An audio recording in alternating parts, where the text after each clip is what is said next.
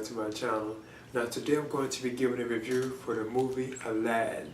Now this is a live action adaptation of the 1992 Disney animated film of the same name. So it's basically like Aladdin turned like live action, you know. Just like they done for like the Jungle Book, they also done for like Beauty and the Beast, and they also done with Dumbo, which I thought were actually all pretty good films. And yet they have done it again. I thought this is a pretty good solid film, you know. The visual effects were good, and at the same time, at times they weren't too great, you know. But I thought it was pretty good, you know.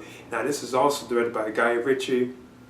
And you have like a new actor and a new actress that I'm not really too familiar with playing these like roles, like these major roles, say like Aladdin and like Jasmine and like Jafar and so on. So I'm not really too familiar with these particular like actors, but I guess you could say the big plus of the film, and I think a lot of reasons why the people or fans were kind of complaining about the film is that you have Will Smith as the voice of the genie, where he's actually playing the genie, period, you know, in the film. And of course, you know, Robin Williams, the late Robin Williams, you know, actually played the genie, but played the voice, provided the voice of the genie in the animated film, you know. But I thought Will Smith, you know, he did a pretty good job. I think he is kind of one of the things that kind of saves the film too as well, because whenever his like characters on screen, it really is like funny and like hilarious, you know.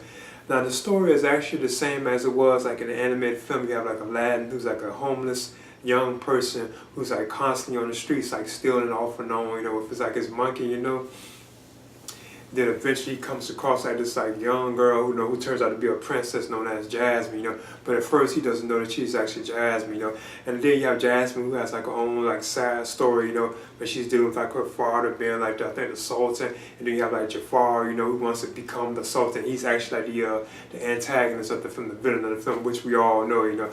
And of course, you know, Aladdin finds like the actual lamp, you know, in the cave, I think, of wonders. That's where he stumbles across the lamp, you know.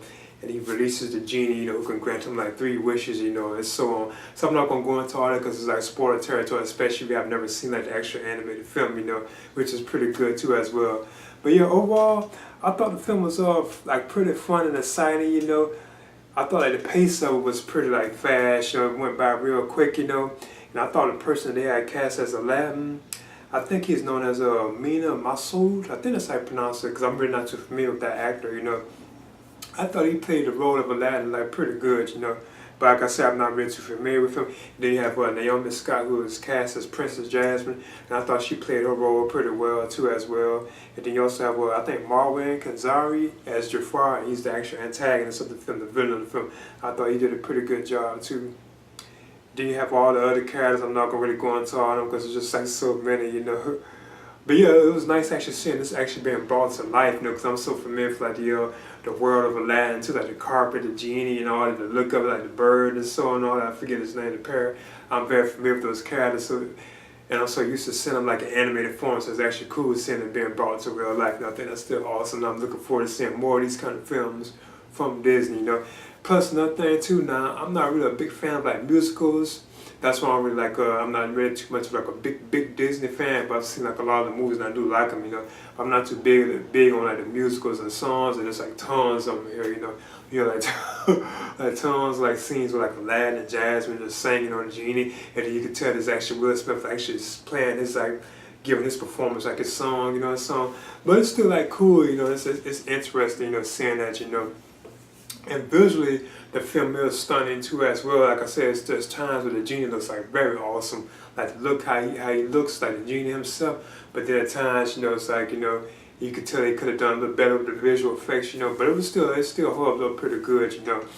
But in Aladdin, like I said, I would definitely recommend this. I guess for fans of the 1992 animated film, or you're just a fan of yeah, basically if you're a fan of that film, I would definitely recommend it for that crowd, you know. And Will Smith does hold his own in this film. You can tell he has a big and major presence in this film. Not only as a genie action, but he's like in human form too as well, which I thought was kind of cool and interesting too as well, you know.